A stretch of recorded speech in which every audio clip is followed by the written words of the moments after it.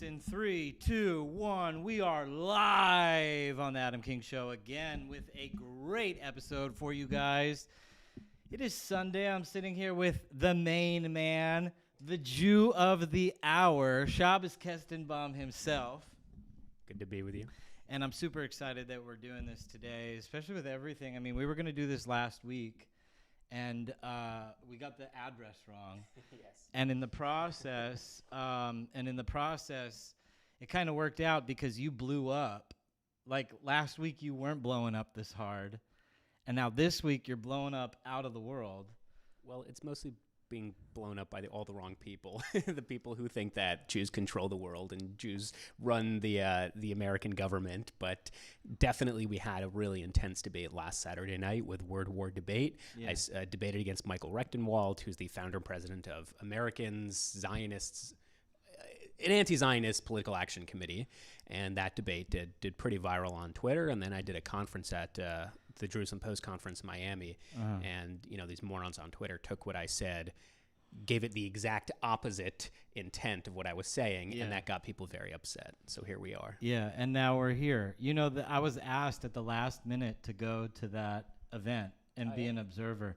And when you try to talk in the mic, just because something's up with the audio levels here, and I'm trying to make sure that it always is good. So if you're in the audience, make sure you hear the audio levels. Give a big shout out. Before we get started, I have a gift for you. Okay. A gift for Shabbos Kestenbaum. Give me 1 sec, folks. No one's ever given me a gift before.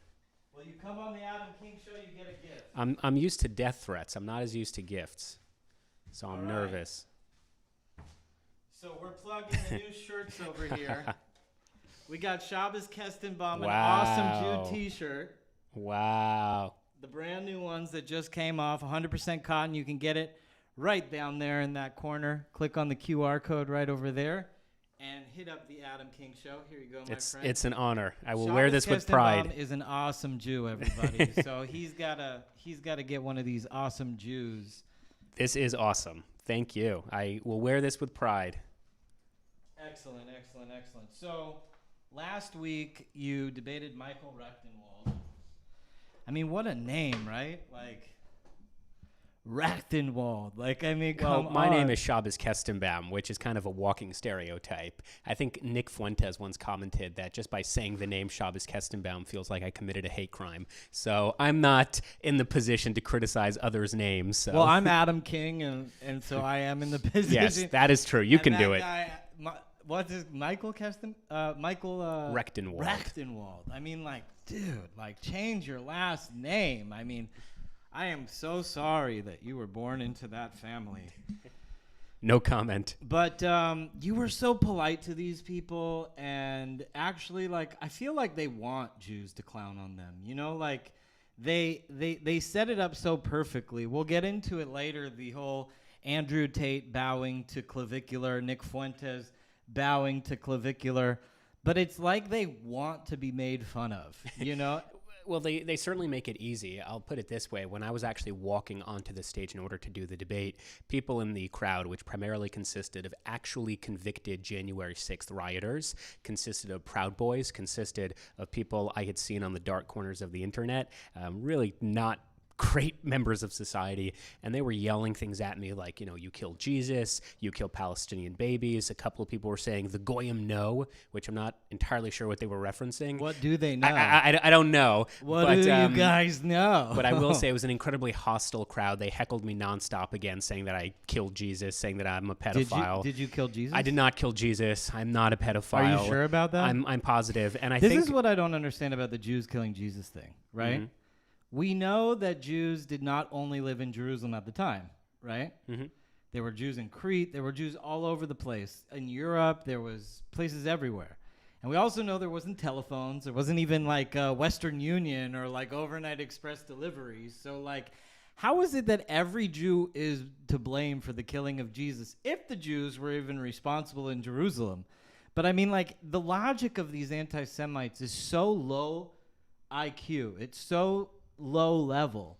Yeah, I think kind of the issue I have with anti-Semitism isn't necessarily a hatred of the Jews, because as two Bible-believing Jews, anti-Semitism is something that's kind of prophesized, right? The book of Deuteronomy talks about this, Kabbalah talks about this, that so long as we live in exile, which we currently are experiencing, three things will always be true. You'll be small in numbers, check. You'll be scattered across the world, check. And you'll be hated. So when people hate Jews, I kind of just see that as a manifestation of God's word. So it doesn't really bother me as much. What does bother me is just the abject stupidity coming from these people. So I remember, I'm not going to say her name because I don't want to give her any credit, but she was on Twitter a few weeks ago, and she was calling me out and other people with like stereotypically Jewish names. Yet her name, which again I'm deliberately not going to say because I don't want to give her credit, her name literally comes from the Hebrew Bible. So meanwhile, she's making fun of like, oh, your name is Shabbos Kestenbaum. I only want to name my kids Christian names. What was her name? I don't want to give her credit. I'll tell you after. Her Hebrew name from the Bible is Elisheva, but of course she doesn't know that. So again, hate Jews as much as you want, but like be an intelligent human being, be a productive member of society. And that's what really bothers me about people like Nick Fuentes, is because they just actively encourage their audience not to think critically about issues. Just blame all of their problems, personal or universal, on something the Jews. You know, last night they went clubbing, and it was force-fed on every single person's timeline. Like, if you use X, everyone saw Nick Fuentes join with the gang, and we're gonna have to mog on those losers. I just recently learned what that term meant, because I kept seeing it everywhere, and I felt like a boomer asking, "What does this mean?" But I will say, and this point has not been made by me. This is a point made by most people with a functioning brain. If Adolf Hitler knew that his biggest supporters today were like a Sudanese Muslim migrant, a closeted gay Mexican, and like two half-black convicted rapists, Hitler would kill himself all over again. I mean, he would be embarrassed that this is the state of the Nazi Party in the 21st century. You know, these people are just absolute losers. Outside of the whole Hitler thing, like my first debate with Fuentes was in January of 2024, and you know, we've been through it and everything, and I've watched him parade around on the internet claiming to be like some Catholic, you know, purist, you know, like, and the whole, you know, like virgin till marriage and the alpha bro manosphere type of thing. And then he gets there and he shows up at the club, like looking like you know, like a 1940s like sports announcer, or just like he came in like a, you know, like a church suit and tie, and he's wearing the red thing, and he's like, "This is my new life." But what was so surprising to me about the whole thing that everybody saw, you know, besides Sneeko screaming into the camera that he loves cucking, and when women fuck on his bitch, you know, that's his favorite song on the Kanye track. But every single one of them bowed to Clavicular. They have single-handedly anointed him as their leader. Fuentes abdicated his throne. Andrew Tate and Tristan Tate and their buddy Justin Waller, they gave this kid, this 19-year-old kid, so much respect. And look at the kid.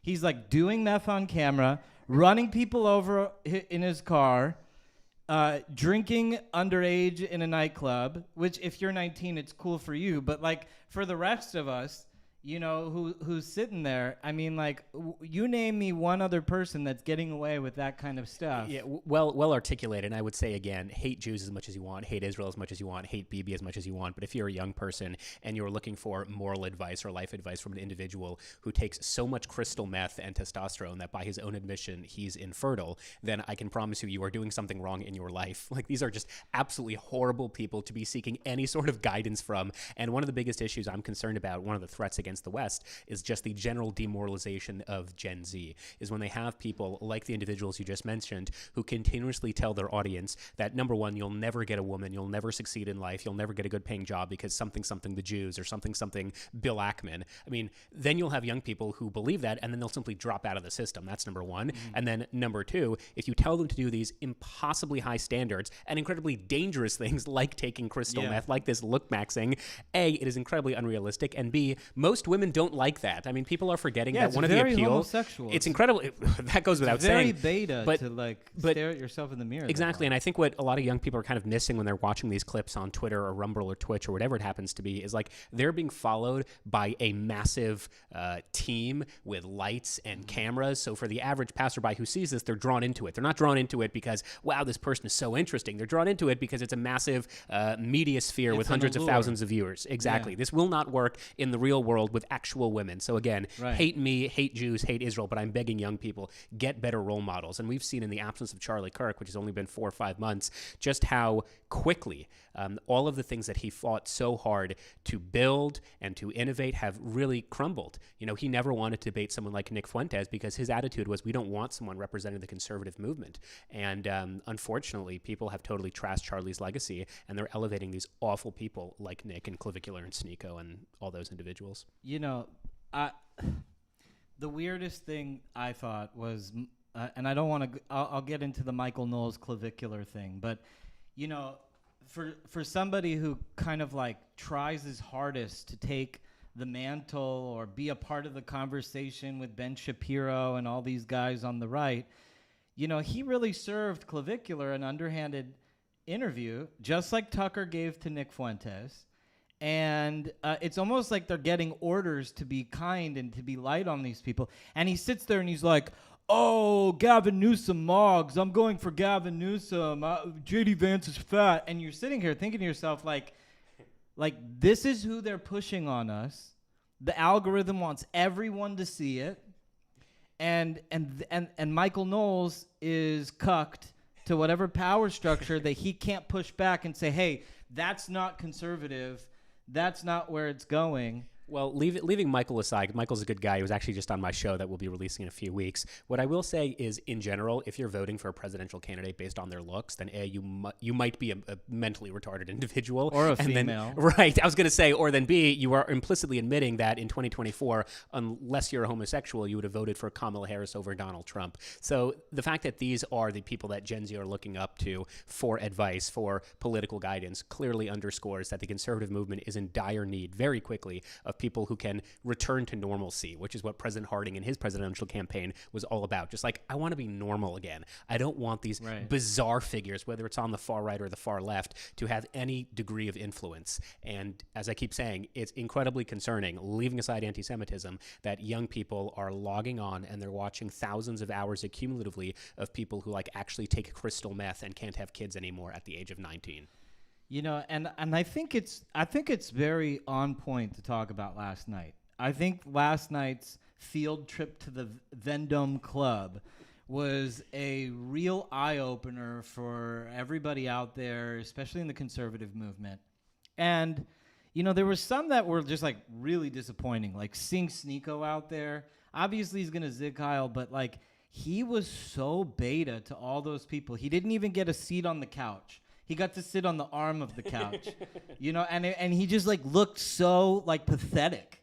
You know, and these people are pulling $500,000 a month off their shows, you know, and they're just, and that's what we're getting. But the real one that was so pathetic was Amaro Fooled, you know, because, I mean, he literally looked like a Sudanese refugee that, like, got some clothes at, like, you know, some UN clothing distribution center, and then everybody's mogging in suits, and here he is, like, wearing his, like, Cookie Monster shirt. I was just about to say, like, first of all, I think he's, like, 35. Viewers can fact check me, but he's, like, hanging out with this 19-year-old kid, so a little suspicious. But number two, that Cookie Monster shirt of, like, let him cook, like a reference to the fact that it wasn't 6 million Jews during the Holocaust or whatever. Okay, fine, I get that's your shtick. He's been wearing that sweater nonstop for, like, 4 months like, now. He doesn't have any other clothes. He wore it at the Turning Point USA conference. Like, we get it. It wasn't 6 million in the Holocaust. We get it. But, like, do laundry. It's a weird lifestyle these people are choosing to inhabit. But, like, when you see people come over the border, you know, like, they always have, like, that one shirt, and that's Myron Gaines. Like, he's got one shirt now, and he's, like, you know, doing it, goose-stepping the Fuhrer while wearing his one shirt. Which, again, you know, for real Nazis out there, whether you're watching this stream or you just truly believe in the ideology of the Fuhrer, you have to admit, as a Nazi, having, you know, Sneeko and Myron Gaines, these people would cause Hitler to kill himself a second time. He would have sent these people to the concentration camps well before the Jews, which, you know, someone like Nick Fuentes, I obviously disagree with him, and I wouldn't call him intellectual, but he knows some history.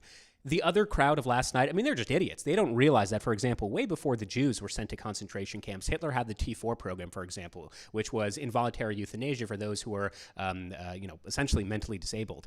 The people at the club last night would have been one of the first people sent to the T4 program. Oh, without Hitler a doubt. would have hated them way more than he hated the Jews. Without but a these doubt. people have no appreciation or recognition of history, so they don't realize that, oh, bro, we're Nazis. No. The Nazis don't like you either, so... So while I was doom scrolling, it was like clip after, and they're all like 45 seconds long. Whoever's doing the kick streams, they have like really good producers that they kick them out that quickly. But basically, I ended up having to sit through like 20 of these videos, like as I'm scrolling, looking for news on Iran, which is actually real. These meth heads. And I saw this one video where Clavicular is sitting there, and there's these girls.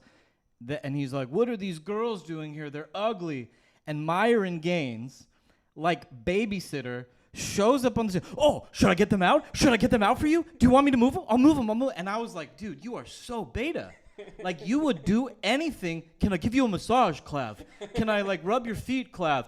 And then he tries to kick him out, and then Walter Weeks is like, those are the girls that I'm with. And he's like, oh, I'm sorry. And he's like, literally, Amaru's like, you know, to Clav, should I kick him? You know, and his own guy is like brought the girls in, and he's like lit it, and it's just, I couldn't believe it. All of those guys, how they bowed to this 19-year-old kid. And the one that shocked me the most was Andrew Tate. And then after Andrew Tate kind of disseminated, Tristan Tate ran around in their meth bus for a while, and I'm sitting here like, is this really, I mean. I've also noticed that because you mentioned meth bus, if you hate Jews or like you hate the West or you love Hitler, you can only drive in a Sprinter van. I've noticed that has become the automobile of choice for that whole, not even woke right, but just mentally retarded Nazis, that you can only drive Sprinters, which is an interesting phenomenon in and of itself. But what I will say is they're really not defeating the accusations of just like blatant homosexuality. I always heard these rumors that Nick and Destiny, they got together, and I kind of always denied it. But after seeing Nick last night, explicitly saying, don't bring any girls to me, I'm really okay. He was very, very uncomfortable around me. Yes. So again, like being in the club, he almost like turned his back to everybody. Like, like, again, you can hate Jews, but please get married. Like, have kids, go to church. Don't do what those like morons were doing last night in Miami. And it is so baffling to me, because here they are. They absorb all the internet attention. It's almost like X was bought for Fuentes, and it's like all these people, it's like became the anti-Semitism. It's been good business for people like you and me. I mean, this really isn't my business, thank God. Thank you, Hashem, that you gave me an actual career. So there's nobody who could say, Adam King, you're going off air, or you need to say this, or you need to say that. And I'm very grateful for that. I always joke, this was like my midlife crisis. Shabbos Kestenbaum gave me the best compliment today. I'm not going to say what it was because then I have to out myself. But I mean, like, for real, like, there's this, like, I'm a grown man. I'm in the world. We are trying to figure out how to move the country forward. We just elected President Trump. He crushed it. First year, State of the Union is this coming week. He crushed it. Nearly brought peace to earth. And all they want to do is plan to try to defeat him. And the conservatives, for some reason, like, we cannot get away. You saw that Erica Kirk sent out all those cease and desist letters today. Finally, I think you're touching upon a really important point, which is something that when I had James Lindsay on my show, he kind of illuminated for me, which is to say this. The I don't know what to call them, the woke right, the far right, the Nazis, whatever that is, that collection of people last night, I get that they want to destroy, they want to tear down, but what I was asking James, who's really the founder of the woke right terminology, it's like, well, what exactly do they want? Okay, fine, they tear down the institutions, they have sown distrust and disinformation across the country, fine, but like now what? What are the policies they want to advance? What are the specific pieces of legislation they want to see passed? And they don't really have anything. Fuentes does. Nick does? Oh, yeah. He's very clear about what he wants to do. Yeah. He wants to suspend the Constitution and create a Catholic monarchy. He says this all the time. Right, but people don't believe him. No, that I'm aware of, but fine, you build the Catholic monarchy, sure. In order to do what? Because again, Ben Shapiro is someone who really has formulated my thinking on this, is when you just say that there's a problem, the problem is that the Jews control the government or the Zionists or Miriam Adelson or whatever it is, leaving aside the fact that it's just not true and leaving aside the fact that it demoralizes young people, fine, let's say you're right. Okay, the government is just bought by AIPAC. What are the practical policies and pieces of legislation, now that we've gotten rid of the Jews and we've gotten rid of the Zionists and we've gotten rid of Palantir, like now what? What are you going to do to advocate for the people you're supposed to represent? So when people say, oh, Nick Fuentes, he really reaches the minds and hearts of young people when he talks about the affordability crisis, I'm really confused when people say that, because it's like, what exactly is he advocating that would solve the affordability crisis? He talks about it and he provides really terrible reasons for it. Again, it's AIPAC, it's the Zionists. But like, what specifically is he saying this is what we're going to do to fix it, other than deporting gays and blacks and Jews, which again doesn't solve any of the issues. So even if you want to believe that Palantir and the Zionists and AIPAC control America, sure, but then what are you going to do to fix the lives of young people? And that's where I get so frustrated with this new movement, this new ideology, because none of the things they're talking about will qualitatively improve the lives of people in any measurable way. They just make people upset and then drop out of the system entirely, which is why Nick was saying during the election, I'm not voting for Donald Trump, and he even flirted with the idea of registering voters for Kamala Harris, because practically outside of destruction and burning, he doesn't actually advance things. Yeah, and they all rushed. What's so crazy, and you could see the psyop, is that in the election they all supported Kamala Harris. They all were very vocal about it. They were anti-Trump. Trump gets elected, and Trump is their guy. And all of a sudden everybody's like, that's MAGA. Right. And they're like, these are the MAGAs now. And then that same group goes around and they're like, Trump isn't MAGA anymore, and this is the new MAGA, and they were literally just about to vote for Dyke March Transfest. Everything they wanted was they were literally and then the Twitter public forgets.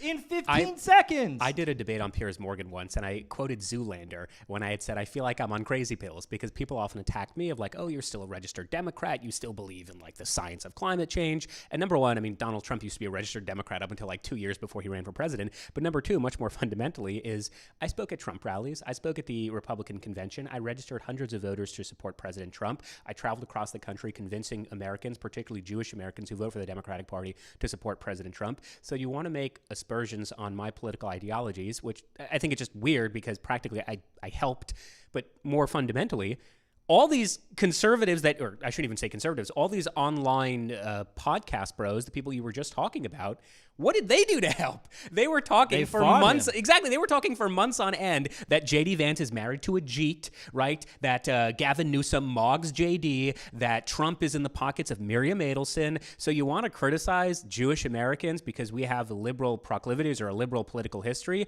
even though a significant amount of us jumped ship and voted for the conservative base, when you yourselves have encouraged your people for months on end not to vote for President Trump, and now you get to dictate who is or isn't MAGA?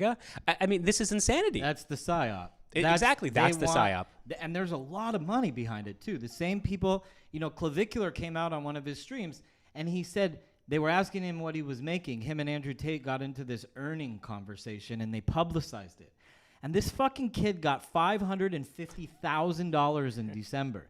So these people are being funded by massive amounts of money to flood the internet sphere with all this kind of anti-MAGA, anti-Trump, we're posing as alpha bros. We are the real MAGA, and Trump is the fake MAGA. Things have to get worse before they get better type of strategy. And everybody's listening to the children. Like they're all children with no life experience whatsoever. Yeah. Nor do they have a strong history of supporting the Republican Party. You just said something that really blew my mind. You just said you're still a registered Democrat. Don't hold it against me. I'm not holding it against you. If anything, it shows exactly what President Trump did. He created a big tent. Yeah. And I've been saying this, sorry to interrupt, but I've been saying this because, obviously we all get in fights with the same people. But while I was fighting Tucker, I was saying to people, like, Tucker wants to create a much smaller tent. Yeah. These fake MAGA wannabes, they say, oh, that's not MAGA. What MAGA is the smallest possible tent and make sure no Jewish money is involved. And the truth is if Jews are controlling things, we're doing a really good job. So based on Jews, big W for the Jews. I mean, that is not an endorsement that Jews are actually controlling things, but I digress. I do want to make the point, though, because this is really interesting, just from an electoral perspective. Even if you believe in the Nick Fuentes and Myron Gaines and Sneeko Shore, the American people reject extremism on both sides. Donald Trump won his reelection in 2024 because he built an unprecedented coalition, not just with Jewish Americans and not just with Democrats, but with Hispanics, with African Americans, with the Asian American community. I mean, he won.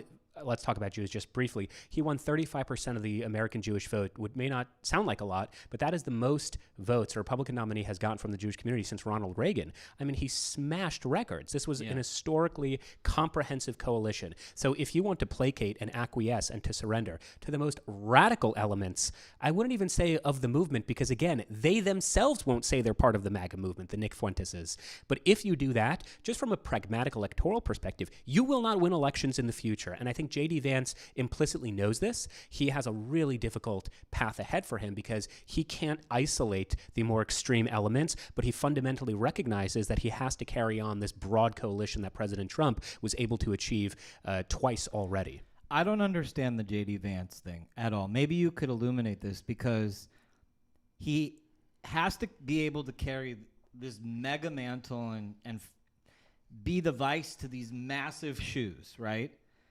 And like he has picked very specific people as like undying support, like Tucker Carlson, obviously. So Tucker Carlson, he's like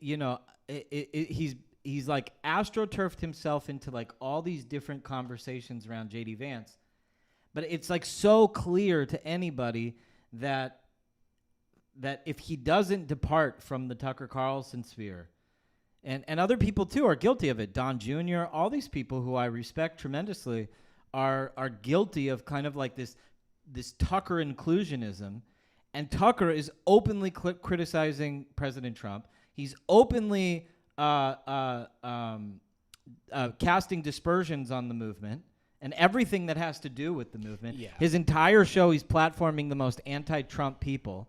And when it came to an election like 2025, the special election, he didn't have that guy from New Jersey on his show. He didn't have a single Republican on his show. All they talked about was how great Mamdani was because he didn't support Israel. And the other example is in Florida. So Byron Donalds, who's the overwhelming front runner to be the next governor of Florida, he has the endorsement of President Trump. And Tucker Carlson, rather than amplifying the Trump endorsee, rather than amplifying the mainstream Republican nominee, or frontrunner, I should say, instead he platforms someone who's polling at 4%, right, who has serious accusations of dating a minor, who's embroiled in financial controversies, right, and he brings him on to talk about conspiracies, of course, relating to Israel, because that's red meat for the base. So I'm not really sure, to your point, why Tucker Carlson, who spent the better part of 2 weeks ago talking about how this is regime change in Venezuela, it'll never work, talking about how Nicolas Maduro is actually a social conservative who perhaps is more sympathetic to the United States than we give him credit for. So leaving aside the fact that he's wrong on all those accounts, why was he then invited to the White House to meet with oil executives, to meet with Marco Rubio, to meet with senior policymakers? Even if the narrative that he crashed the meeting is correct, the following week, he got a one-on-one with the president. So to her credit, I think Laura Loomer has been doing an excellent job kind of exposing this. When people talk about the deep state, I'm not sure that's what they're referencing, but there is clearly someone or someones working within the White House trying to undermine President Trump's strong America first, peace through strength agenda. I don't know who that is. I don't know why that is, but it's becoming increasingly clear that the problems that the Trump administration faced in the first term, right, of these constant leaks, these constant secret recordings, these constant misdirections are slowly playing more of a role in the second term as well. And that's, again, a major problem because we want the MAGA agenda to continue 4 years from now as well. And if President Trump ends 2027 or 2028 with a high disfavorability number, that is going to really dog down whoever the Republican nominee is, whether it's JD, whether it's Marco, whether it's DeSantis. So we need a strong second administration, not just for the sake of these 4 years, but for the sake of the next 4 years and the continuity of MAGA. And we also need the midterms to be successful. Right. We can't lame duck President Trump.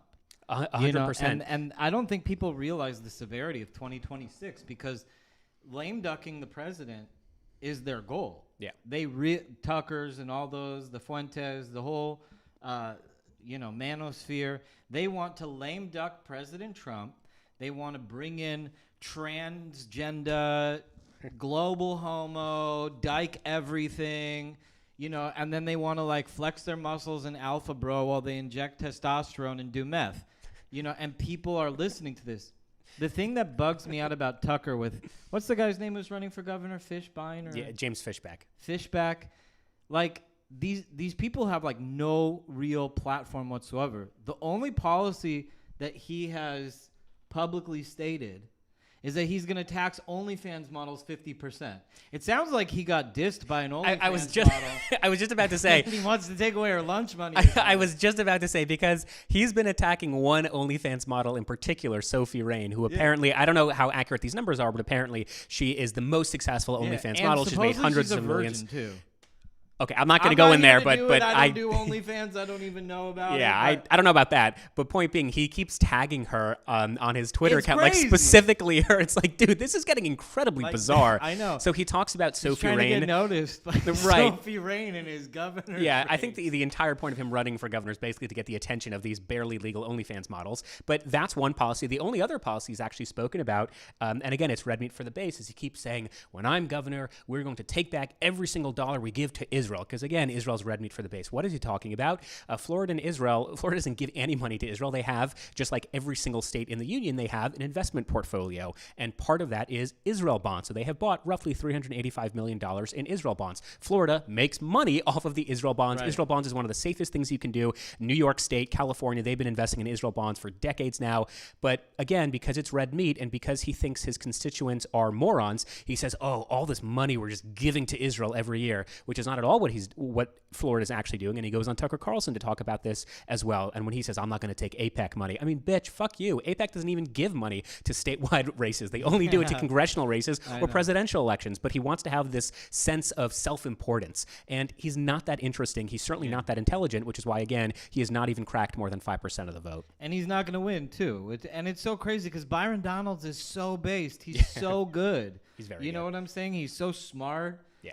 Byron's awesome. He's unbelievable. And it just shows you, I had James Lindsay on my show also, and he said, there's this religion that there's no enemies on the right. And there is. Yeah. The right is filled with plants like this. I'm glad you said that, actually, because this really came into fruition during AmFest, right, the Turning Point USA conference last month. Because I said this on Twitter. I said, just so I understand, Candace Owens, Tucker Carlson, Nick Fuentes, they can attack anyone they want all day, every day. But we, as MAGA conservatives, can't respond because something unity. It's interesting how the unity only goes one way. So Candace can accuse you of killing Charlie Kirk. Candace can say whatever she wants. Nick Fuentes can say whatever he wants. Tucker Carlson can say whatever he wants. But the moment we respond, hey, guys, you're dividing the base. No, we're not dividing the base. Exactly. Those crazies have been dividing the base by talking about what you just said, global homo, by talking about how Trump is controlled by the Zionists. They're the ones dividing the base. But that criticism is never directed towards them. It's only directed towards the MAGA conservatives. So if we lose 2026, a large part of that will be the split in the MAGAverse, but it's not because of the traditional MAGA supporters. It's because of these online mentally challenged podcast bros and the Candace Owens who believe that Charlie Kirk is a time traveler who appeared to her in a dream saying, only you can figure out who killed me. That's not going to win the support of the American people. It's seriously like the beginning of a religion right there. It's kind of crazy. But another thing that kind of trips me out, and I loved Charlie Kirk. Momish, I loved Charlie Kirk. How could you not love Charlie Kirk? And I met Erica briefly once at an event in New York, just hello, how are you type of a thing. I doubt she'd ever remember me unless she sees me on the internet, which is highly possible. But I'm also not comfortable with Erica Kirk determining the fate of the direction of the party. Like this whole, like, we're going to forgive everyone that just accused me of killing my own husband. You know, like she flies to Candace Owens, you know, and finally they're issuing cease and desists. The cease and desists should have started 3 months ago, you know, and if they don't, if this is something that is not addressed, this is something that will affect President Trump in the 2026 election. Yeah, so I'm not going to talk about Erica specifically because she's obviously a brave woman who's battling and juggling a lot at the moment. What I will say about Turning Point USA as an organization is we don't have coronations in this country. Right. We have competition, and there will be a Republican primary in 2028. So the idea that there's an heir apparent is something that not even President Trump agrees with, because every time he's asked, who's the heir, who's the nominee, he won't say it because President Trump knows you need a competitive primary, not just for the sake of the Republican Party, but also for the sake of all the American voters. It you know, iron sharpens iron. It will toughen whoever our nominee is. So whoever that nominee is, they will be in the best place possible, not just to win the nomination, but to win the presidency in 2028. And I think not just Turning Point USA, but a lot of Republican and conservative organizations that I've been involved with or that I've spoken at, there's kind of this underlying implication that we already know who our nominee is. And I think that's really dangerous. That's really dangerous. And so much can change between now and 3 years from now.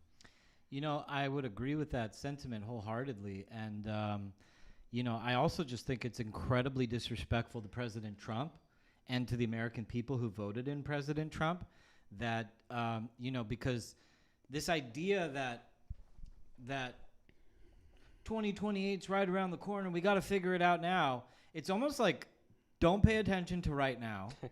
Don't pay attention to 2026. Don't pay attention to 2027. Forget Trump exists. It's like this Democrat play over and over again, this diversionary tactic to divert from the Trump agenda. And if you look at what President Trump has done, especially with tariffs, nobody's giving him credit for tariffs. He's like toying with the idea of permanently ending income tax in the United States because the tariffs are widely that successful. Yeah, and I think to that point as well, there's a lot the Republican Party has been defensive on, but there's a lot that we can and should be going on the offense about. So the fact is, just a month ago, Secretary of State Marco Rubio announced that they had rescinded their 100,000th visa. For the first time in 50 years, we now have negative net migration. Yeah. We have... And all the immigration bros don't want to talk about it. They're just like, where's mass deportations? Right. And by the way, I had Scott Jennings on my show, and I asked him this question about, you know, are mass deportations viable? Is it realistic? And he answered in a way that he's so right, as always, but I never even thought of it before. He says, well, when you look at who ICE is deporting, that's not the full percent of who's being deported, because we have more than 2 million illegal immigrants who've self-deported just in the last year alone. I mean, these are historic numbers. So there's a lot that we can be offensive and proud about. Yeah, absolutely. President Trump, just like his first term, is one of the wildest, most successful foreign policy presidents. He ended the war in Gaza. He extradited Nicolas Maduro. They're intense... North Korea, version 1, he was crushing it. He just got the ceasefire in Ukraine, 30 days on both sides. Yeah, and look, the base might be upset with me for saying this, but I hope that there's some 4D chess going on as it pertains to Iran. I think I'd like to be optimistic that the quiet... What do you think about Greenland as like the big distraction to Russia? Like, if you could choose one, Russia, is it going to be Denmark or Iran? Right. Well, first of all... You know, kind of like, did you ever read the Trump books? Yeah. I read all the Trump books. Most of them were picture books, so they were easy to read. No, what is, I forget the name of the titles. There was like 4 of them: Art of the Deal, Art of the Comeback, but there's like this Trump strategy. If you want something right here, offer this over here, and make this like incredibly like horrific. Correct. So that they'll give you this. I don't think there are any serious maneuvers to actually take over Greenland, mostly because even if you believe that the United States should have military outposts in Greenland, we already do. Like that's why I'm kind of against it, because all of the goals that Donald Trump is talking about that he would like to fulfill, and why it's important to control Greenland, well, it's kind of already the case. The United States, and by extension NATO, essentially have unfettered access to Greenland. But for us to own it is actually a big deal. But I mean, they think we're Talmudic Jews, so let's talk about the Talmud We are real quick. Talmudic Jews, except I'm worse. I'm a Zoharic Oh Jew. man, that is worse. I'm into the Kabbalah. Right. So in the Talmud, we have this term nafkamina, which basically means like the practical differences or the practical implications. What's the nafkamina? What's the practical difference between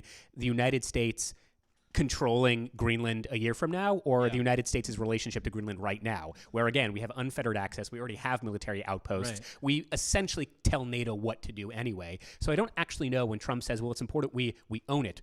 How does that actually or measurably change the geopolitics? You don't know if it's going to have an effect immediately. Like the Louisiana Purchase, for example, single-handedly the greatest purchase in American history, doubled the size of the United States. Yeah, I've heard you don't that know analogy. in 50 years from now what Greenland's significance will be. I've heard that analogy before, but the reason I don't think it really holds up is because with the purchase, the Louisiana Purchase allowed manifest destiny. It allowed millions of pioneers to go to the West and immigrate and colonize and settle. No one's really planning on doing that with Greenland. Dude, it's a I'm really about it, man. It's a really difficult environment. It's not a Yeah. pleasant place to live in. I mean, the average temperature is what, like minus 20 I'm going degrees. to Greenland and looking for the entrance to Agartha, man. But again, that's the thing. Like Americans, you can travel to Greenland now. It's not a hostile. I mean, it's not a nation, but it's not a hostile territory. We don't really have. I think there is though that bargaining tool with Greenland. It is so vital because Agreed, but again, that's why we have American military bases bases there. Think about there China anyway. coming into Canada the way that they have. Again, I agree with you, which Did is you why. see his comments on the New World Order? Yes. I'm not a fan of Mark Carney, to put it lightly. But I just want to close up the Greenland conversation. I agree with you. It's an important outpost, especially as the Arctic continues to melt. Russia wants to find a new navigational route. So I agree with you. The access to Greenland, or really the access to the Arctic, is incredibly important. Having said that, the Kingdom of Denmark is not just a NATO ally or a Western ally, it's an American ally. America already has multiple military outposts in Greenland. We can send troops there whenever we want. We've had a treaty with Greenland that guarantees that in writing, in law. So when Trump says we need to control it, again, I'm just unclear what that means in a very practical sense. I do think, though, to your point earlier, this might just be, as a la Art of the Deal, this might just be some 4D negotiation, some 4D chess, whereby Greenland is being used as a distraction or a negotiating tactic for Russia, Ukraine, maybe for attacking Iran. I don't know. But the argument in a vacuum of should the United States own Greenland? No, I don't. I don't think that. And most Republicans don't think that either. I'm an American expansionist. I'm one of those guys who think America should take the Gaza Strip also. But one of the things that, as an American expansionist, my perspective on Venezuela and Colombia, like when President Trump came to power, he promised us he was going to drain the swamp. We always just think that the swamp means D.C. Right. But with Venezuela, it opened up this whole new thing with my mind that, getting rid of these narco-terrorists. Really, if he goes into Colombia and removes the narco traffickers in Colombia, he just single-handedly wiped out all that dark narco CIA money. He literally just drained the deep state's endless slush fund of narco money. So I think, when he put on the Wikipedia president of Venezuela, I'm like, dude, I love that. Yeah, what people tend to forget is, again, Venezuela does not exist in a vacuum. So roughly 70% of Chinese oil imports are coming from Venezuela. The fact that you had missile defense systems being shipped from Iran to Venezuela, these were major problems. So when Trump goes after Maduro, he's not just going after Maduro, he's going after this globalist deep state that is propping up anti-American policymakers and an anti-American agenda all over the world. So a weakened Venezuela is a weakened Iran, which is a weakened Russia, which is a weakened China. So when we talk about America first, Marco Rubio, I think, succinctly says it, is what we are about to do going to advance the interests of the United States, and is it going to help the American people? And if the answer is no, let's not do it. And if the answer is yes, then let's do that thing, which is why, as President Trump keeps saying, America first is not America alone, because America exists on a global stage. We're an empire. We're an empire. And that's why taking out Maduro is obviously, objectively, in the interest of the American people. Also I mean, they stole our oil. Too. Sorry? taking out Khomeini. Taking out Khomeini, absolutely. This is, again, if you don't want America in foreign conflicts, which, again, the term foreign conflicts has been vastly overused, but if you don't want American troops in the Middle East, for example, the number one cause of disarray, the number one cause of terrorism and violence in the Middle East, I know the base is going to hate this, it's not Israel, it's Iran, because Iran is the pimp of the Middle East. They fund all of these terrorist groups to commit acts of terror, not just in Israel, but across the world. The 1983 Beirut bombing, where 243 or 248 U.S. Marines were killed in the attack. That was funded by Iran. Iran is the funder, and a weak Iran means a weak global scale of terrorism, which means a safer United States. So I'm very hopeful and optimistic that President Trump will, in fact, fulfill his red line. It's difficult to verify just how many protesters were killed in the last week or two. Estimates range from 6,000 all the way to 25,000, so it's impossible to really verify, but it's in the high thousands. I hate to tell you how wrong you are. Okay. Because I usually like just watching you on the internet saying, he's right again, he's right again. So one thing about me that a lot of people who tune into the show realize is that I have my hands all over the place. Okay. And I'm like really into like being a super spy and like having my own spycraft and the whole 9 yards. And so I actually have an agent right now in Iran, and I'm very vocal about it. And we've been working very closely with this guy. Actually, Trey Yingst over at Fox News and I are very good buddies since he was a White House correspondent. And so I plugged them into Fox News, and right now we're trying to get some media packets out of firsthand reporting on the death toll. So my agents in Iran are telling me the death toll is north of 50,000 people. Wow.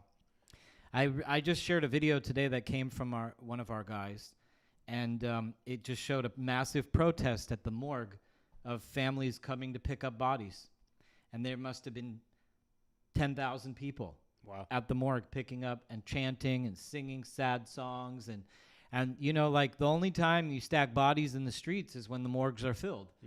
So he was telling me that in a lot of the smaller cities, a lot of the smaller towns that are in Iran that are completely no internet, they've butchered everyone. Wow. One of the things that he told us that we're trying to actually get somebody to appear on camera now. It's very difficult because these people are terrified for their lives. But a lot of the regime has also not killed people intentionally, but blinded them as a punishment and sent them back into society to say, hey, if we're not going to kill you, we're just going to make you crippled for the rest of your life. Here's an example. You're either going to die or be blinded. And so he was telling us that there's been over 50,000 blindings. It's like this punishment, this collective punishment that the regime is in the mercy of not killing, they're blinding people. And so the vast amount of injury is astronomical.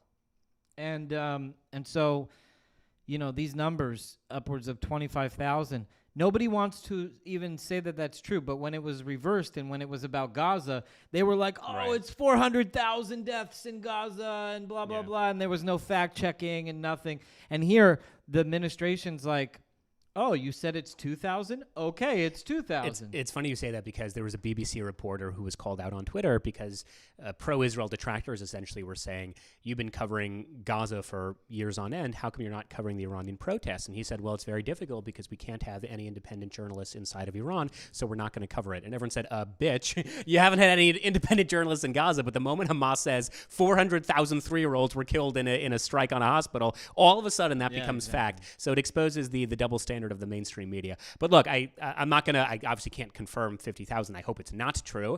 But certainly this regime in Iran has outlasted the will of the people. Certainly it's in America's best interest to topple this regime. That does not mean that we have boots on the ground. That has never really meant we have boots on the ground. But what it does mean is that there is a democratic majority in Iran who want a democratic Iran. And the United States can and should and is in the position to help see that come into fruition. What do you think of Reza Pahlavi? You know, it's funny because I'm actually blanking out on his name, but there was a guy I interviewed yesterday who's also an Iranian dissident, and he was in prison for 4 or 5 years as a student activist, and he was very critical of the prince. He doesn't even call him the prince, but very, very critical of him. My understanding is that most of the Iranian diaspora supports the prince, and that's kind of all I care about. Based on the interviews I've seen that he's given, he's not interested in becoming the Shah. He's interested in being a transitional figure to allow Iran to set up a democracy or to allow Iran to set up whatever the people choose. So in that sense, I don't really have any strong opinions. I'll put it this way. Would I prefer him over Khomeini? I mean, it's not even a question. Would I prefer him over the Ayatollahs and the mullahs? It's not a question. So I do think he's really the only viable, democratically supported alternative to the Ayatollah right now. I also love when leaders do that abdication move. It's so classic. Like, it belongs in a history book, you know, like Cicero should write poetry about it. I will say one thing, though, and I'm trying to be careful how I phrase this, but the prince did give an interview about a week or two ago, and I think he's smart to be living here in the West, because if he would come back to Iran right now, he would be killed on the spot. But he did say something odd where he said, you know, the people of Iran have clearly shown that they're willing to die for this cause, and so am I. I'm like, well, I mean, I support you, but objectively, you're not willing to die for the cause. That's why you're living here and not in Iran. So I thought that was like a weird phraseology. But again, I'm not a detractor. I support him. He does have like assassination attempts and that type of high profile. Yeah, who is that? There was a woman. He's gotta like stay indoors. I'm sorry, I'm blanking out on her name. Even here in America. Yeah. But there was this woman who, unfortunately, I'm blanking out on her name, but she gave testimony at the UN Security Council last week. Again, another Iranian dissident. Saw her. She was incredible. And she was saying, and actually the Islamic regime, because they're part of the UN, they tried to kill her in the United States. Yeah, and she calls them out to her face. I know that you sent assassins to my apartment in Brooklyn to come kill me, and it's not going to work. Can you imagine, like, in America? Yeah. Like, they're trying to do clandestine operations in America. Well, look, President Trump, he said from the Resolute desk in the Oval Office that he has actually left instructions in the case that Iran is successful in their assassination attempts against him. So when we talk about that Iran has their tentacles in geopolitics across the world, you don't have to listen to, Jewy Jewstein. Listen to President Trump. Listen to our president himself, who said, yeah, we know that there are Iranian agents who've tried coming after me multiple times. And, it just is like such a mindless thing. Like, should we not? Is this good for us? All the people who say, oh, this doesn't really affect Americans. It's just so mindless. And also the same people who said this doesn't really affect Americans are the same people who said that World War III would break out if we attacked the Iranian nuclear site. So I think we need to get better foreign policy experts in the American media political culture. Yeah, and I feel bad for the people of Iran, too. I mean, this is what happens when you don't have arms in a society. Yeah. One of my... not to plug my Twitter account, but I happen to have written this Shabbos on my Twitter. SHOBBOSK. Yeah, exactly. At X. Exactly. That's the real reason I came on the show. But I posted on my Twitter about a month or two ago in response. Actually, it was a month ago in response to the Bondi Beach shooting. Yeah. I had said that I can't believe I'm saying this. Never in my wildest dreams would I admit to saying this, but I actually think I'm going to get a gun. And it pains me to have to say this. You're getting a gun? Yeah. Did you get one yet? Well, I'm currently in Los Angeles, so it takes about 40 years. No, but, actually it doesn't, bro. California, believe it or not, for all the hype, our gun laws are some of the best. Oh, yeah? It takes you, it's a 2-week, you got to buy a gun, they give you a 2-week, it might even be a 10-day calm down period. Oh, interesting. The test is so stupid easy. It's like 30 questions like, if you're angry, do you A, calm down, or B, grab your gun? It's like really. That's good. Actually, the second law that I made 2 laws in America. The second law that I made was in California. It was a gun Second Amendment law because we legalized cannabis here. Mm-hmm. And immediately gun laws were a big, they weren't giving concealed carry permits to gun owners. So I challenged the state. I have a whole episode on it. We won the sheriff's department. Wow. And changed the law. Wow. And the law now struck down cannabis as a disqualifier for concealed carry permits. And that is the people versus Adam King. It's such a YOLO thing. I mean, like, the people versus Adam King. I want to get that, like, Jews, we don't do tattoos, but, like, I want to tattoo it, like, here or on my forehead so everybody knows. That's pretty cool. Like, the most base thing I ever did was, like, marrying weed and guns. But, that's pretty cool. But you could also get a concealed carry permit here in California now. So I have to look into the process. Admittedly, I've not done too much investigating. You should apply for the concealed carry. It takes about a year. But because you're very high profile, you should definitely get I hope one. to not be living in Los Angeles in a year from now, between you and me and the viewers. But yeah, I think the What impetus. kind of gun are you going to get? I have no idea. Do you know anything about guns? I'm not well versed in gun culture at The all. easiest gun to shoot is the Glock 19. Okay, I'll take your word for Yeah. it. I'll let you know when I hold the 9mm Okay. more than like a 45. These words don't mean anything to me. So 9mm is like a diet gun. Okay. And I personally use that gun because there's a greater chance that the culprit won't die. Okay. Like, I don't want to, like, kill anybody. Right. Even if they're coming to try to hurt me. It's like a gun. They could die. They probably would die. But okay, so I got to do some investigating. If a person got shot with a 45, they're gonna die. A 9mm, they could take 9 rounds and still survive. I'll let you know what I come up with. And then when Obama made his new movie, you know, he made a movie called The Day After Tomorrow, or some crazy movie. It was called Leave the World Behind. Okay. And it's a movie about China and radical jihadis conquering America. And in the movie, this is Obama makes this movie. It was like he made $70 million on Netflix for making this movie. And after that movie, I was so freaked out, I bought my AR-15. Wow. Well, for me, it was Bondi Beach, and I do remember saying, again on my Twitter, that you don't have to. Essentially, it was an open letter to Western countries, and I said it's evident that many countries like Australia or Canada or the UK don't care about their Jews. Fine, but I'm begging you, stop importing Islamists who hate you, who hate your country, who hate your way of life, and who hate your democracy. And it just bothers me to no end that, again, leaving aside the Jews and anti-Semitism in Israel, so many of these countries, really led by just effeminate individuals, insist on importing hordes of people who absolutely detest them. And they say it publicly. I mean, you don't have to, again, take my word for it as a conservative political commentator. Just listen to the Islamists themselves saying that the West is next. We listened to released hostages from Hamas like Omer Shemtov or Eli Sharabi, and they were very clear that, our captors told us explicitly, once we're done with Israel, once we're done, wiping out the Jews, that's the easy stuff, we're moving on to all the Christian countries. The easy stuff, yeah. We're moving on to the Christian countries. And I was just on Tim Pool's Timcast on Friday, and I debated Suleiman, forgetting his last name, but Ahmed Suleiman. Something like that. He ran from me. Owen Schroyer, actually, who you're going to be debating. Everybody, Yes. I brokered this debate. Owen Schroyer versus Shabbos Kestenbaum. It's going down. I'm going to moderate it. But Owen tried to get a debate between Ahmed Suleiman and I on InfoWars when he was on InfoWars, when he had all the clout and all the viewership, millions of people. And Ahmed Suleiman refused. He's like, I'll go 30 minutes, and then Adam will go 30 minutes. And he was such a coward representing his views. But it's amazing that you actually got a chance to debate him. I didn't see that one. So essentially my argument was... Was that better than Michael Rechtenwald?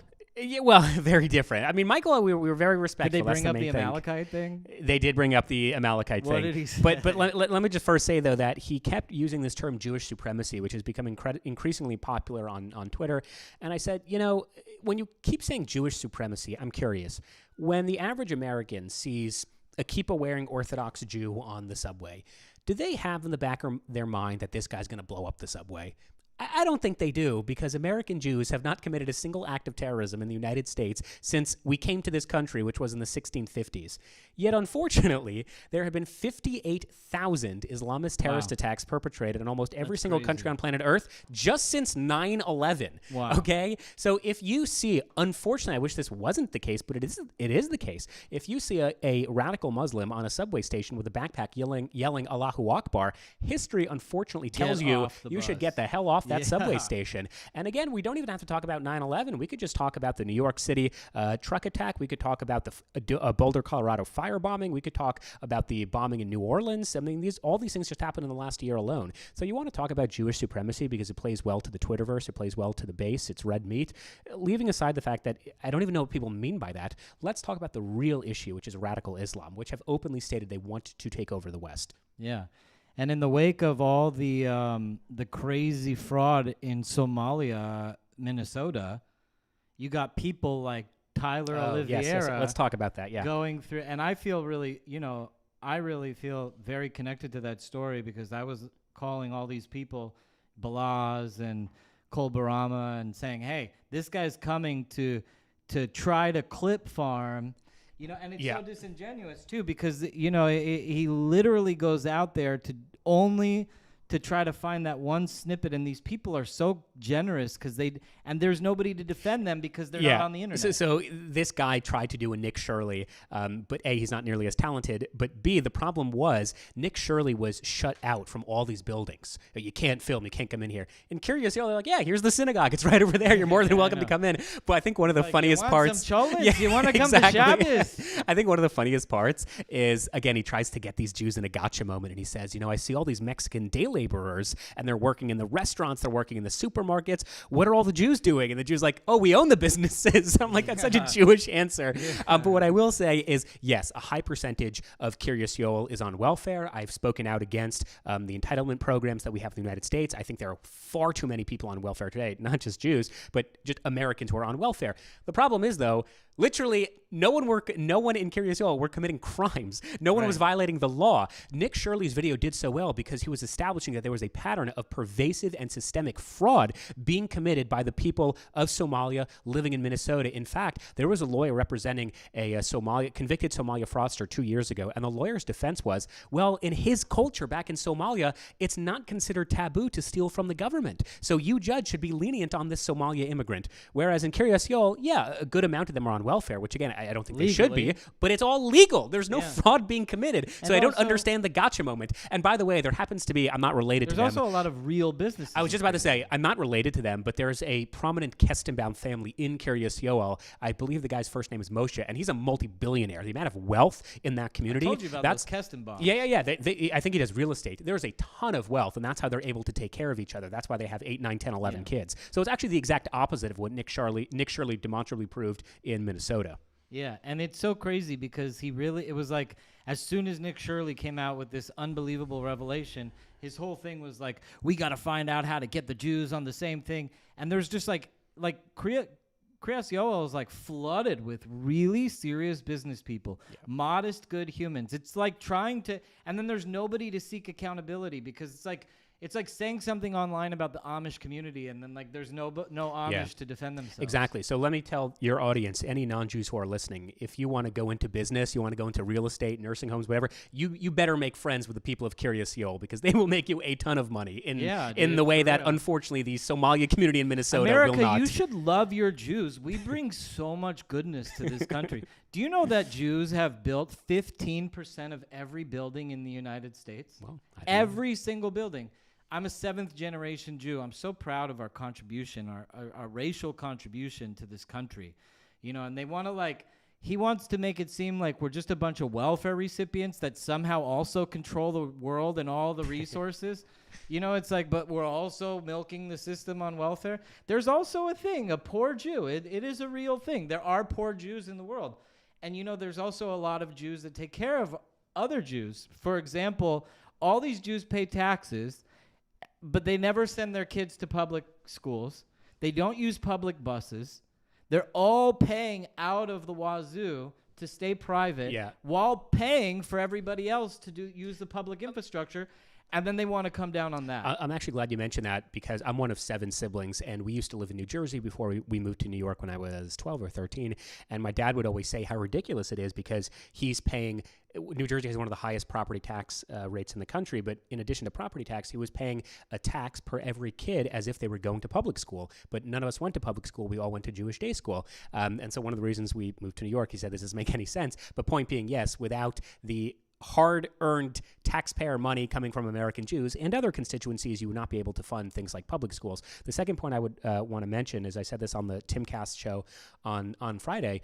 Jews were quite proud of the fact. In fact, there are Jewish organizations today. They're not particularly successful, but they make a organization out of taking kids who are in public school and taking them out of it in order to send them to Jewish day schools. And I told Solomon, I said, I wish the Muslim American, or maybe not the Muslim American, but certainly the Christian American community, they should do the same thing. Send your kids kids to receive a Christian education. You should learn the New Testament. You should learn about Jesus. Obviously, you have to have a civic education as well, but be in a like-minded environment. So when people look at the disproportionate amount of Jews who are in finance, who are in media, who are in business, it's not a conspiracy. We do overrepresent. I'm actually proud of that fact. Not in a conspiratorial way. We mog. It's we right. totally mog. But this is an important point. It's not in a conspiratorial way. It's because we, from a very, very young age, teach our community the importance of our children, the importance of making something of yourself, the importance of contributing to society. And every single community in America, and every single race, and every single ethnicity, and every single religion should be teaching their kids the exact same thing. I would love it if Americans, rather than demeaning a successful group of people, instead elevated unsuccessful groups of people. Same thing with taxes. If you truly want to fix the affordability issue, it's not diminishing billionaires' wealth, it's alleviating people out of poverty. And also, like, Jewish excellence should be prided. Like, if you see Jews succeeding, which we do, we are so successful. Like, don't you want to be, you should want that for yourself. So how do we get so successful? Well, we take ownership of our children's education, which is probably the single biggest reason why we're so successful. We have a culture based on education. And, you know, here all these Gentiles are just sending their kids to public schools, not caring what happens, you know, totally okay with the teacher being a furry.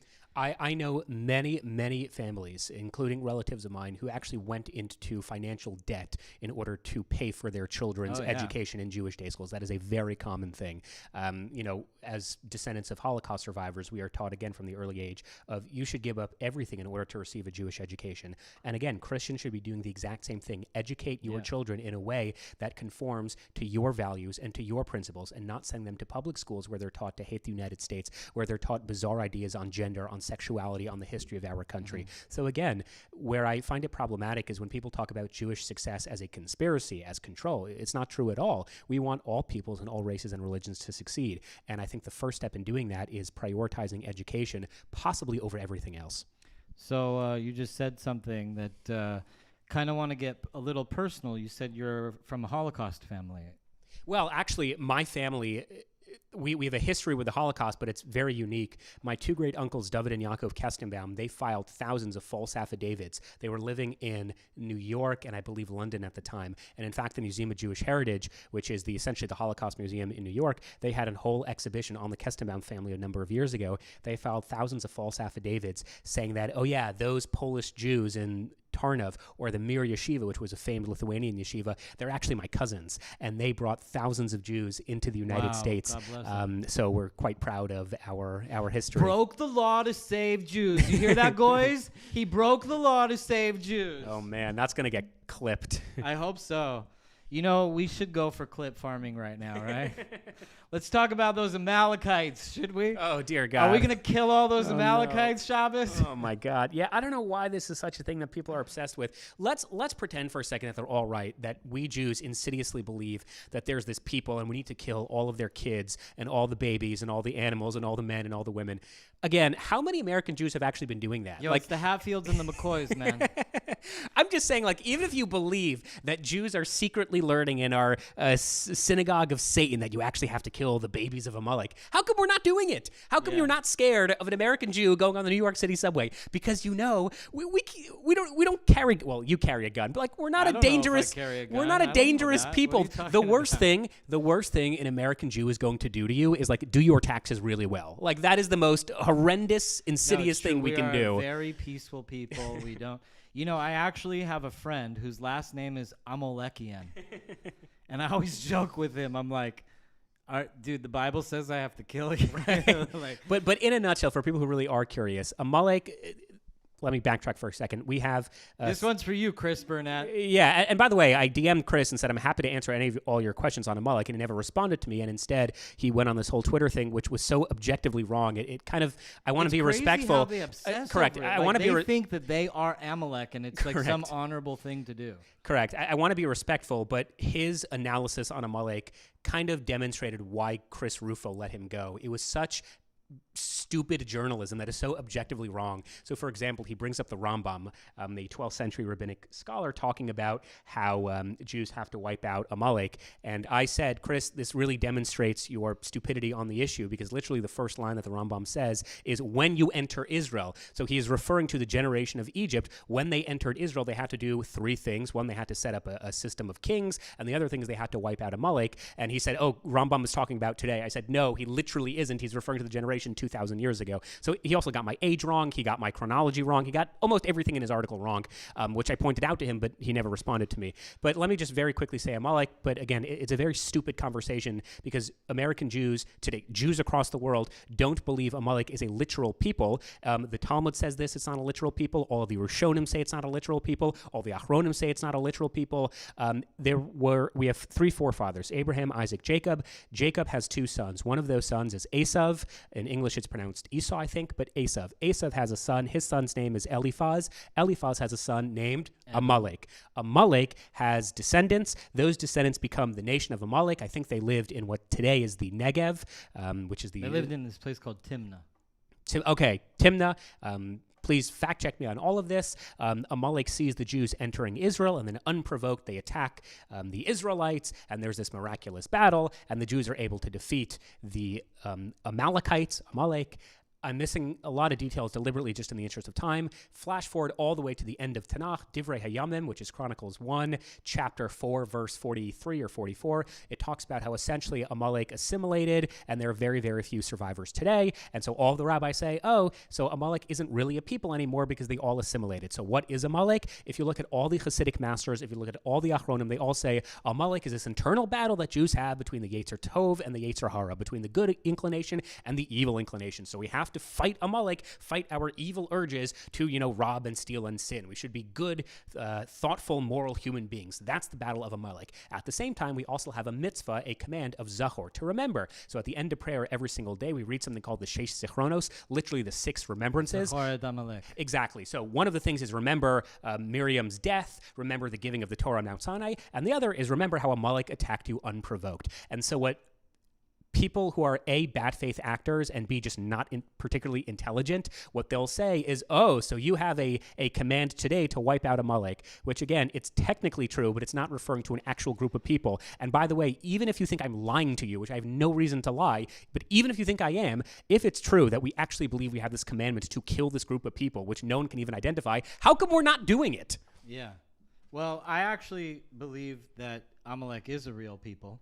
And part of the whole mystique, I think this is a good place to educate the Gentile public on what Amalek actually is. Because all these people, they love Amalek. They think, and that's because he is the villain of the Jews. And so they hate Jews so much, like Chris Burnett, that they're like, Amalek is somehow some hero because he's anti-Jew.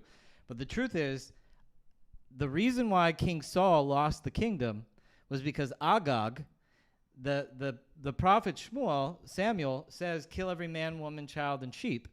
And why the sheep? And so when Shaul, the first king, conquered Agag, the king, he saw the sheep, and instead of killing the sheep, he took the sheep as a possession. But Midrash teaches us that Amalek is a racial bloodline that actually has magical powers that they could turn themselves into sheep. And what happened was Agag turned himself into a sheep, escaped, and 400 years later, his descendant was Haman. And Haman is the archetypal villain that tries to kill the Jews in Iran, in the Purim story of Esther and Mordecai. And all of his sons are killed. All of Haman's sons are killed, and he has daughters, and they actually converted to Judaism. But so from the Purim story, was Amalek wiped out? I don't know. I do know this guy named Amalekian. Do we have a mitzvah to kill Amalek in every generation? Yeah, we do. If there is an Amalekite people, which I actually think is the mullahs of Iran, I think they're Amalekites for sure. But you wonder, what causes Jew hatred? And some cases, I think there is this drop of blood from some ancestor that has this sworn blood feud. And people like Chris Burnett and people like all these white nationalist types that glorify Amalek, they are not descended of Amalek at all. They have no Amalekite blood. They are Europeans who are just like cosplaying with like the biblical villains of Israel. Yeah, I'd say a couple of things. Number one, again, the Tanakh itself, the Book of Chronicles, is very clear that Amalek is assimilated and it doesn't really exist as a people anymore. All the Rishonim and all the Achronim, they say the same thing as well. What people get really hung up on is sort of like political analogies that people say, kind of what you just said. Oh, the mullahs are Amalek. So if you look at Holocaust literature, for example, a lot of rabbis, they would say that, oh, the Nazis are Amalek. During the Crusade period, you have medieval rabbis saying, oh, the Crusaders are Amalek. But again, it doesn't mean it literally that therefore these are actual Amalekites. That, as you just said, that can't even be the case because they're not European. So the whole idea that we have today is twofold. Number one is just to remember what they did in the story of the Hebrew Bible, which we do every single day in prayer. And number two is just this internal division between Yetzer Hara and Yetzer Tov. But this idea that, again, Jews are on this insidious or nefarious narrative or goal to wipe out a people that no one actually either believes exists or can even identify. It's just a bizarre right-wing, I shouldn't say right-wing, Twitter conspiracy that has no basis in reality. But I guess it's like red meat and it's a gotcha moment for the base. And the truth is Amalek is so nefarious that actually killing and destroying and removing Amalek is actually quite based. So what is Amalek? Let's look at it deeper in the Bible. Amalek is this force that cannot stand God redeeming the Jews out of slavery from Egypt. Amalek is a source. The name Amalek comes from the word Sephek, which is doubt. It's the same numerology. And Amalek, the whole purpose of Amalek is to instill that God is not real, that nobody should be liberated, that everybody should be enslaved. And Amalek was a nation that enslaved its people. It was barbarous and murdersome. Yeah, they also committed child sacrifices, according to the Midrash. Child sacrifice, everything that was evil in the eyes of God. And the craziest thing is when God gives us the mitzvah to wipe out Amalek in every generation, where does this come from? It comes from, these are the people that don't want you to be free. They want you to be enslaved. This mentality, what is Amalek? Amalek is slave society. Amalek is zero rights. Amalek is like Iran is today. It's like a structure of government where people are not free for any purpose, and the idea of God being a benevolent force is blotted out. Their entire existence is to prove that God is not real. And the last point I want to make is, again, I think a lot of people who bring up Amalek are trying to do it as like a gotcha, both to Jews as a theological doctrine and then also to the state of Israel. But if you truly believe that there's a people who are using theology, to commit mass genocide, may I introduce you to like Hamas or Hezbollah or the Houthis or basically every single Islamic terrorist group that have explicitly stated that it is their Quranic obligation to not only kill the Jew, but to kill all the infidels. So again, it's a very silly attack. Or the IRGC, which is literally butchering its civilians now, and nobody wants to call them out. Yeah. What do you say to people on the right who refuse to even acknowledge this? Well, I think it really shows their priorities or lack thereof, because again, if the whole point, and I can't really talk about those on the right, what I would probably be more equipped to talk about are those on college campuses, because I was on a college campus that all they were consumed with were protesting against Israel, supporting Hamas explicitly and objectively and openly, because we're not liberated until everybody is liberated, and we are not free until everybody is free. Yet when you have whatever the amount is, I don't know, but whatever the amount of innocent Iranians who are just gunned down in the streets and there's not a peep, then it makes me suspect what your actual intentions are. And I think all of we're a people-first movement. That's why we care about the Palestinians so much. I think it's a little disingenuous when you don't even mention the Iranians, let alone support them. Especially if the numbers are like 50,000 dead people. I mean, I actually said this during my debate last week. If you truly care about innocent civilian life, there were more Sudanese civilians who were killed in a 1-week period 2 weeks ago than the entirety of the Israel-Gaza war since October 7th. Potentially Iranians, too. Right. We have no clue because it's 0 dark 30 over there. What's your message to all these people who think that Iran is like a nothing burger and it doesn't have any bearing on American life. What do you say Well, to that? I would say you would have to take that up with our president because, again, President Trump has been very clear that Iran tried assassinating him. You would also have to take it up with the families of the 243 Marine U.S. soldiers who were killed in a bombing funded exclusively by Iran. You would have to take it up with the 48 Americans who were killed on October 7th, which, again, was funded by Iran. You have to take it up with the thousands of American troops who were killed in Iraq and Afghanistan, which, again, the mullahs very much are open about the fact that they fund terrorist organizations, they fund NGOs, and they fund any group that is willing to, in their view, commit ultimate acts of jihad. So Iran is not an ally, and America is a much safer place, and the world is a much safer place if and when Khomeini is taken out. And there already is a democratic majority of the Iranian people who want him out. So this is not a quagmire. This is not Iraq and Afghanistan. I know we've become, especially my generation, have been so accustomed to failed operations, but the reality is the Iraq War, up until, let's say, 2003 was quite successful, or 2004. We got Saddam Hussein out. President Bush, of course, gives his famous mission accomplished speech. The problem was the nation building, because you did not have a majority of the people who wanted a democracy. That's not the case of a country like Venezuela. It's not the case of a country like Iran. And the United States, for example, when we extradited the leader of Panama in the 80s, that was a success. So the United States is actually very good at conducting foreign policy.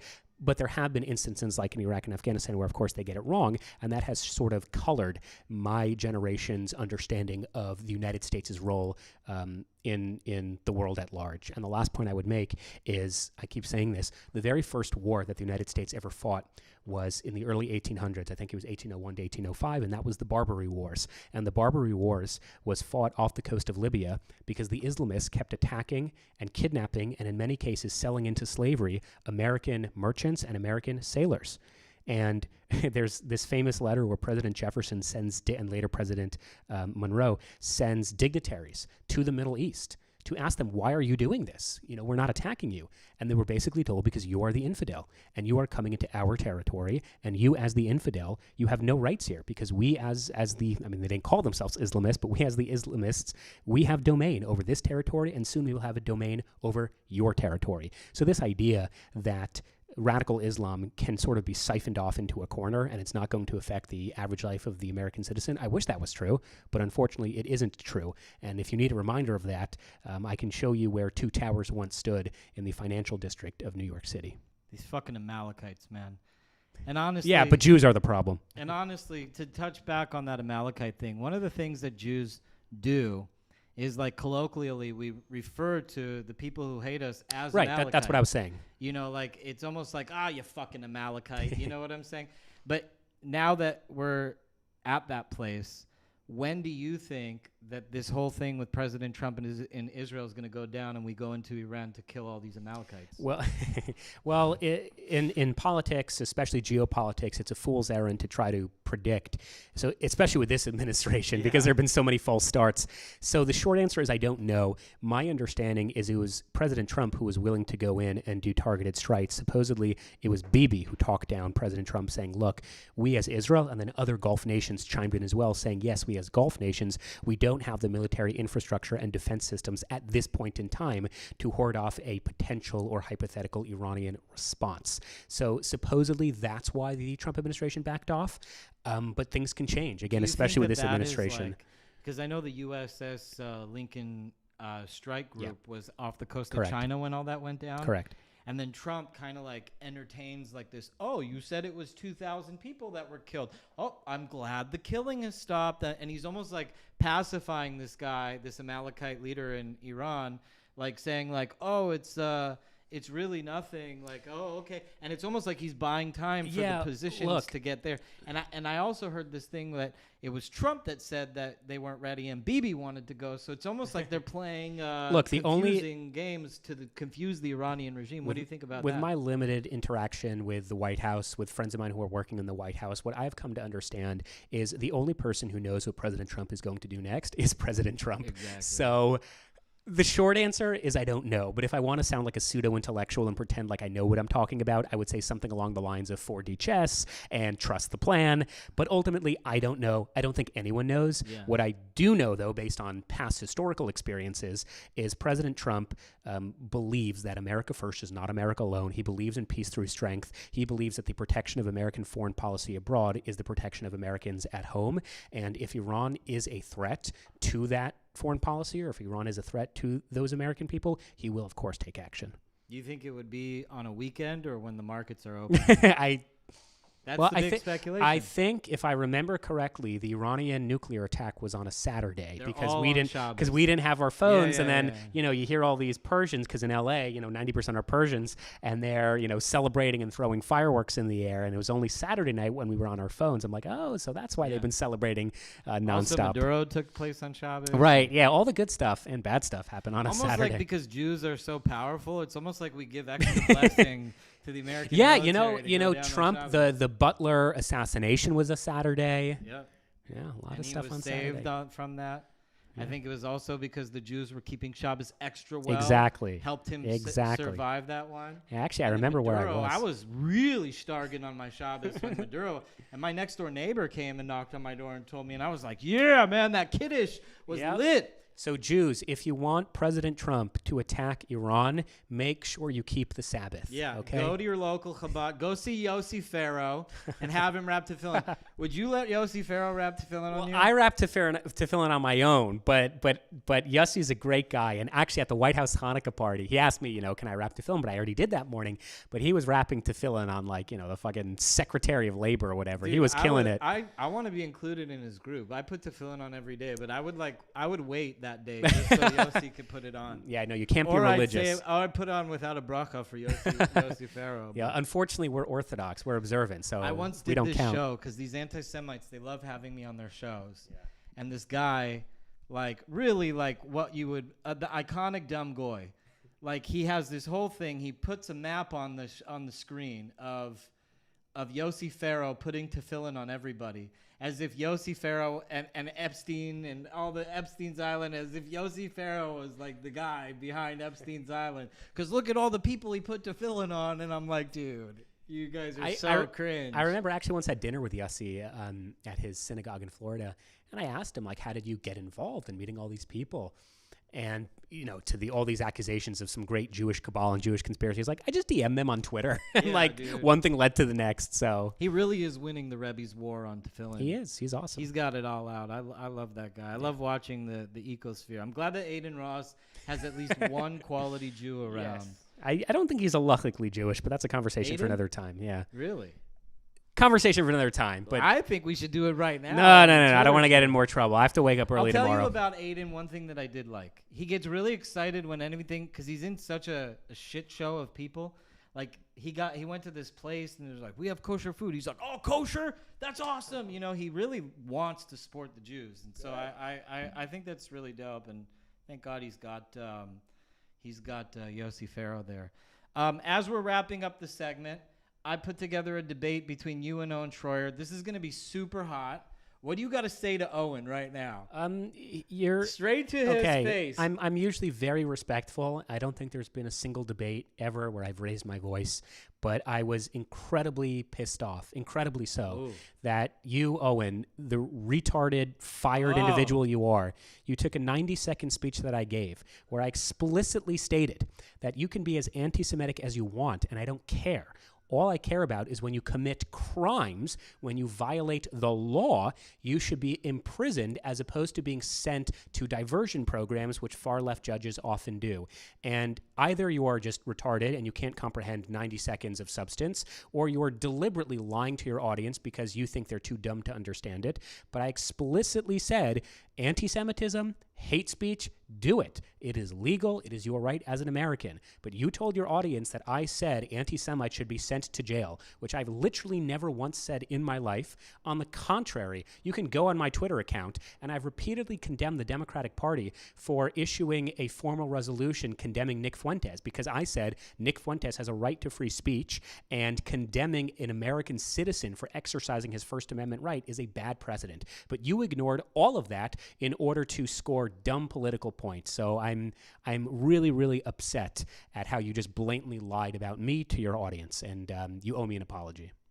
He did get 2.2 million views on that clip. Yeah, because when you can dumb down nuanced political discourse, and again, to be fair to Owen, I don't think he dumbed it down because I think he's genuinely just a dumb person. So I think this is the best he could do. But when you lie to your audience and when you create this stupid conspiracy that I or anyone wants people to be imprisoned for their belief system, which none of us believe in, then yeah, you'll do really well on Twitter. So I'm glad you got, the virtual clicks. I'm not sure how that improves your material life, but if that's what works for you, then I guess that speaks more to your character than it does mine. And I did see the whole clip, actually. And you say in the clip, specifically, the guy who threw the breaks the glass at the synagogue, he should go to jail. Do vandalism, you should go to jail. I specifically said you can hate Jews as much as you would like because you have the right as an American to do that. What you don't have is the right to throw a rock through a synagogue. But again, you deliberately... That was your exact quote. That was my exact quote. But maybe he didn't clip it. Maybe he was just like... Right, because again, it could be he's genuinely just mentally retarded. So I guess we'll have to evaluate it later. It's going to be a fun debate, Owen. I'm really looking forward to it. No, but seriously, he owes me an apology for just objectively lying. Well, and if he's of any man of worth, he would apologize. Maybe. I hope so. But we're for sure going to do it. We could do it in person, or we could do it on, separate seating with the split screen like Piers Morgan. Do you see Piers Morgan fell down the stairs? Yes, Refuah Shalema. Piers is a good guy. I know everyone hates it. He's a good guy. He's not an anti-Semite. He just wanted, and I told the foreign minister of Israel. He's a little puto. All right, but I told the foreign minister of Israel a year ago, I said, I'm not saying allow all journalists because you have to fight a war, but just allow Piers Morgan. He has more viewers. He has more weekly viewers than there are Jews on planet Earth. Allow him to see the Gaza Humanitarian Foundation. Allow him to meet with hostages. Let him into Gaza, and they wouldn't do it, and that was a tremendous mistake. So I think Piers is actually a good guy. Well, that's for another debate. Okay. But this debate between you and Owen is going to go down soon. I'm going to get the times. We're all going to lock it up. Oh, I got to say, I've known Owen for years. He does, despite what you think about him, I know him to be a man of class and virtue. I put together a debate between him and Ayal Jacobi, and you couldn't have seen a better class act. Okay. He really... There's something very classic about Owen. I think his ideas and opinions have gone off. And, I think that Owen sometimes actually does get, he does get it that maybe he took a wrong position. And I do think Owen has the ability to self-correct on many things compared to a lot of other people. So I hope you're right. I hope he apologizes. I hope he either takes down or corrects the video that, as you said, has 2.5 million views at this point, and that he is a man of his word and a man of worth. But if he isn't, I guess we'll find out. And again, people can disagree with my politics, and that's good. That's what healthy debate is all about. That's the strength of a democracy. But to just lie... Yeah. I mean, that is what kills democracies, and that's exactly what this guy was doing. Steel sharpens steel, so we're going to hit it, and Owen is no coward, I must say about him. He'll go in the ring with anybody, and if his ideas hold up, then he'll take the debate. Okay. But I'm looking forward to it. We're going to get that one out. Ladies and gentlemen, Shabbos Kestenbaum, the awesome Jew. He's here with us, man.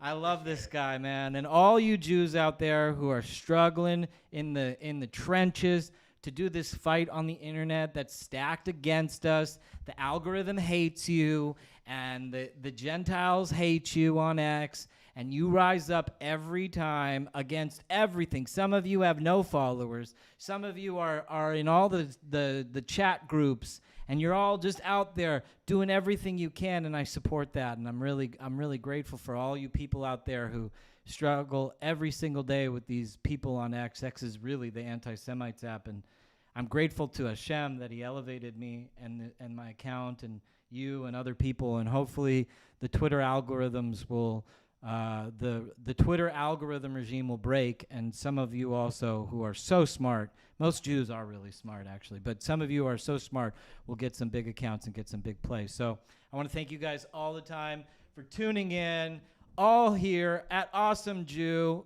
I just started a Instagram. You could go there. I'm still playing with the TikTok, hoping I get allowed back on to the new Jew TikTok-based app. But you can find me, awesome_Jew_. You can find him, Shabbos K. That's SHOBBOS. Or you could just open Twitter because he's almost on everybody's feed like Clavicular is now. No. Don't compare me to him. Anyways, guys, God bless you. Stay tuned. We got more content. We got Tommy Robinson coming on the show. That's going to be big. He's coming to L.A. Maybe we'll get you in there, too, with Tommy. But everything's coming down in the pipes. 2026 is the big hit. God bless. Shalom. Peace.